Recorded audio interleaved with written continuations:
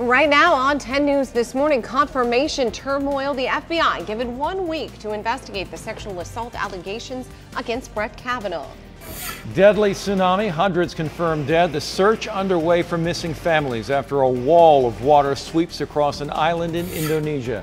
And taking flight, we're live from the Miramar Air Show celebrating 100 years of women in the Marine Corps. 10 News this morning starts right now.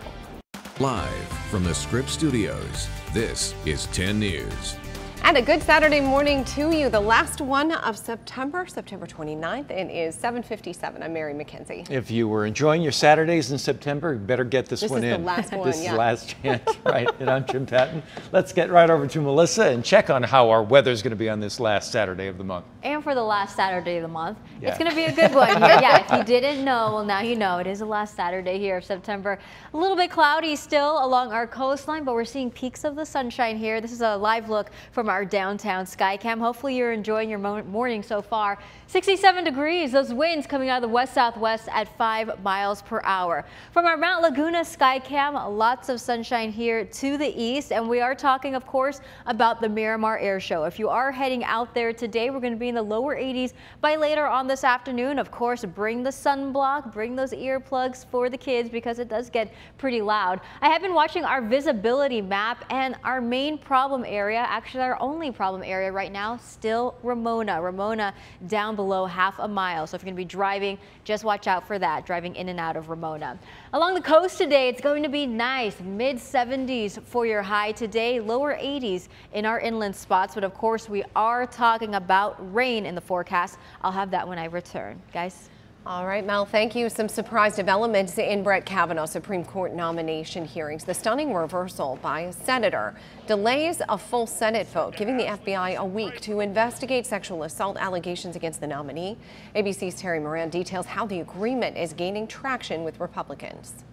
Just moments after announcing his support for Judge Kavanaugh, Senator Jeff Flake was confronted in an elevator on Capitol Hill by two tearful women. You're telling me that my assault doesn't matter, that what happened to me doesn't matter, and that you're gonna let people who do these things into power.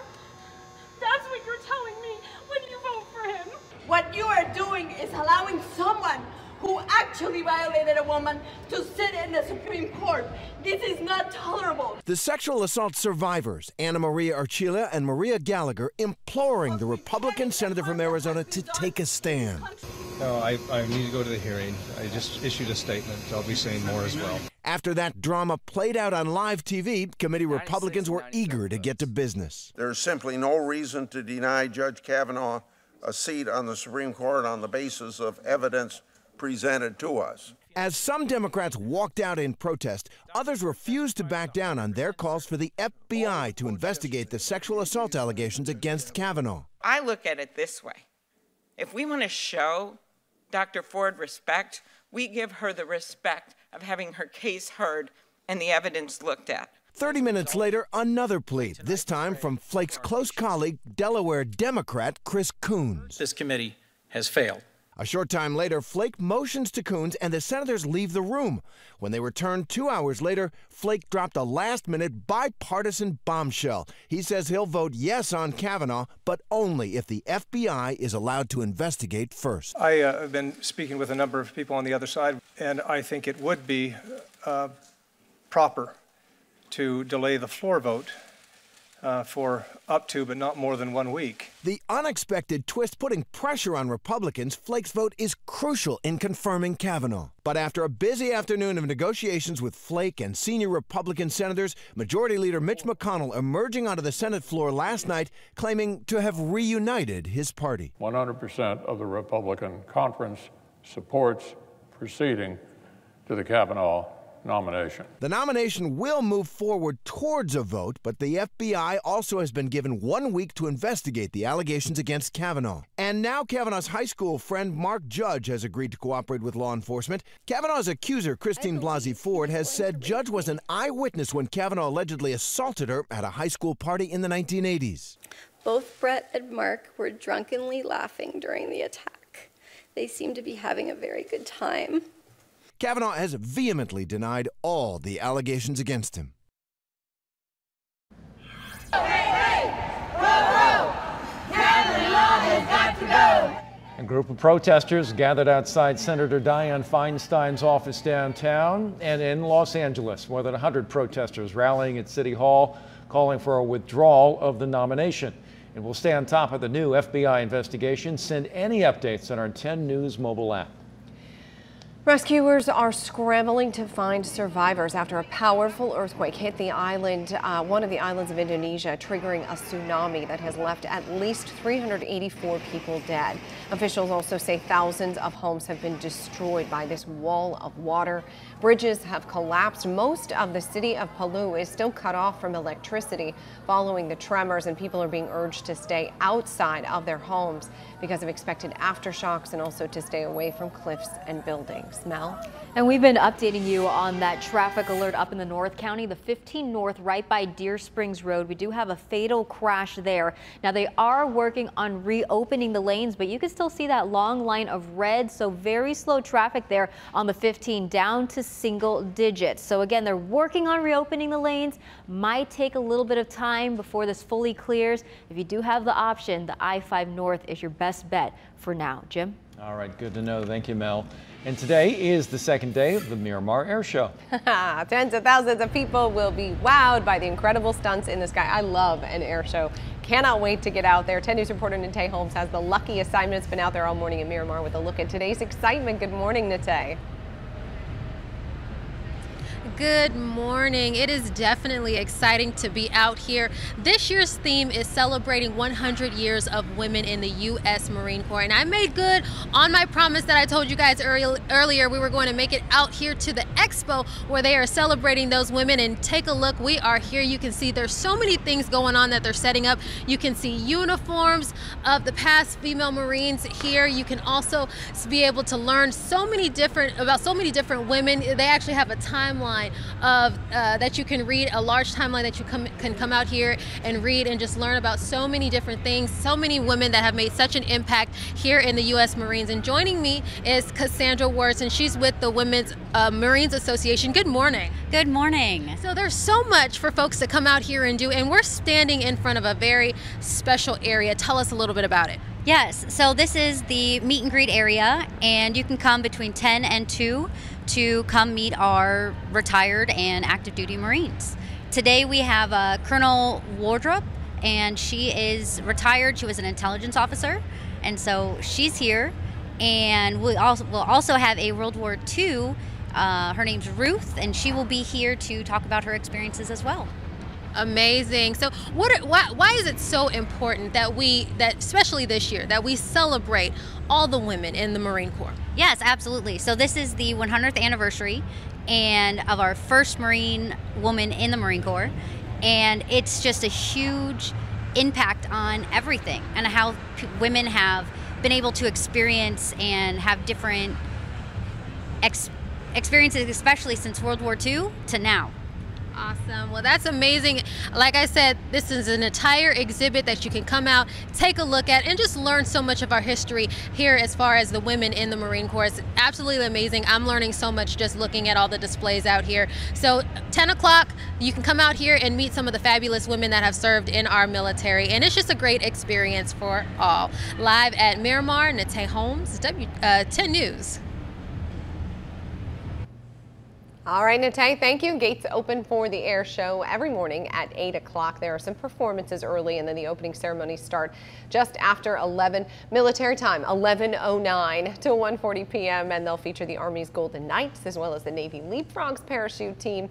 The Blue Angels take off at 3:22. The show closes after the Blue Angels performance right about 4:30. Jim. Got it. Open at 11:09, take it off at 3:22, not 23:21. No way. Yeah. And we've got all you need to know about the air show at 10news.com. Our online folks do a great job getting you prepared for events like this. You can find out about parking, what you can and can't bring to the show, and find out all that and much more in a special section that is dedicated to the air show.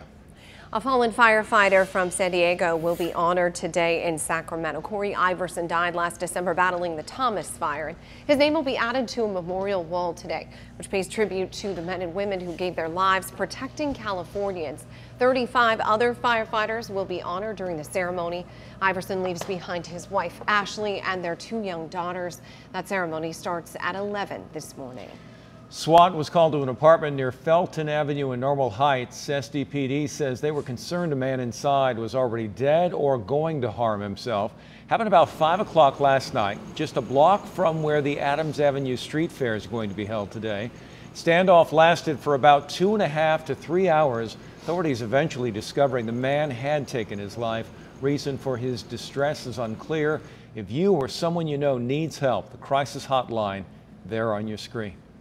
Heightened security under the Friday night lights. This racially charged picture taken by Escondido High School seniors provoking a threat against last night's game. Police had extra patrols even before kickoff as they urged people to say something if they saw anything suspicious. Parents said it was concerning, but did not keep them away. I'm not even sure what kind of threat it is. I'm not going to let a threat keep me from watching my son's football game. I think it's just kids overreacting. Now, police say there was a threat made over social media. The threat was in response to this now infamous picture shared over and over again. A group of Escondido High seniors posing and spelling out the N-word with their T-shirts. In a statement, the school district told 10 News they talked with police and were told that the level of the threat did not warrant canceling the game. Well, Governor Jerry Brown is extending the use of state and National Guard troops along the border to battle gangs and human smugglers. Their mission will now run until the end of March. It had been scheduled to end tomorrow. In April, Brown and President Trump clashed on the Guard's mission, Brown insisting they not be used to round up women and children or people escaping violence. The Guard says that restriction will continue during the 6-month extension. There are over 250 troops in San Diego and El Centro areas patrolling the U.S.-Mexico border. After vowing repeatedly to allow the government to shut down, President Trump signs a massive spending bill just days before the October 1st deadline. President Trump signed the $855 billion spending package after the House passed the bill on Wednesday. The package funds the U.S. Department of Labor, Health and Human Services, and Education. The president's been very vocal in the past about allowing the government to shut down if there weren't enough funds to support a U.S.-Mexico border wall. The bill will keep the government open through December 7th. Later bar closing times are not coming to California after all. Yesterday, the governor, Jerry Brown, vetoing a measure that would have extended last call to 4 a.m. in 9 California cities starting in 2021. Brown said there's already enough mischief with our bars closing at 2 a.m. San Diego was not one of the cities that would have taken part in the pilot program. A closure to let you know about getting to Mission Valley will be more difficult this weekend because of it. The ramp from the 163 north to the eastbound 8 is closed until 5 a.m. on Monday. The closure will allow Caltrans to do pavement and guardrail work. There are detour signs to guide drivers around it. Now, San Diego's most accurate forecast. 10 News Pinpoint Weather, sponsored by Mission Federal Credit Union. Lots of folks very excited about what may be rain in the future, near future forecast. Yeah. And not just one day of rain, we're expecting a few days of rain. So it's really been a long time since we've talked about that. Enjoy the weekend. It is going to be sunny. And we are still seeing some clouds here from Mission Bay, but it has cleared up since I last checked on this camera. 8:09, a beautiful shot here of the coast on this early Saturday morning. Hopefully you're enjoying it so far. Along our coast, we are in the 60s, upper 60s there in Oceanside. Ramona is still pretty cool at 59 degrees, where we are still dealing with some visibility issues as far as fog. 64 in Escondido, 61 there in Poway, and in the South Bay Imperial Beach right now you are seeing 66 degrees. Well, we've been tracking Rosa, so it is making its way up north, south, east of San Diego. So from this system, it looks like Arizona is going to get the brunt of the rain. We are still going to get some rainfall from this, as well as a separate storm Tuesday into Wednesday. So we do have a few days of expected rainfall here. We actually could get some late Sunday night for our mountains and our deserts, but of course the 10 News Pinpoint Weather Team, we are going to track that here over the weekend. We're also dealing with a beach hazard statement. High surf, strong rip currents expected. That hazard statement going in effect Saturday night through Monday. Up in our North County beaches, we could see waves between 3 to 5 feet, local sets up to 7. For today, forecast highs here, 70s along our coastline, lower 80s in Escondido, Poway, La Mesa, shy of that 80-degree mark. Our 7-day forecast here along the coast, so things are going to change as we get into early next week. I keep saying grab that umbrella because many of you might not know where it is. I know I don't know where mine is. Inland valleys here, we are still going to be in the 80s with that chance of rain Monday into Tuesday. Up in the mountains, expecting breezy conditions over the next couple of days. The desert's still pretty warm, not quite 100, 99 degrees. Jim, Mary? I'm not even sure I know what an umbrella is that thing anymore, that you hold. let alone where it might be. We use it to block the sun is what we do. Exactly. Yeah. All right, Mel, thank you. Straight ahead, a naked man leads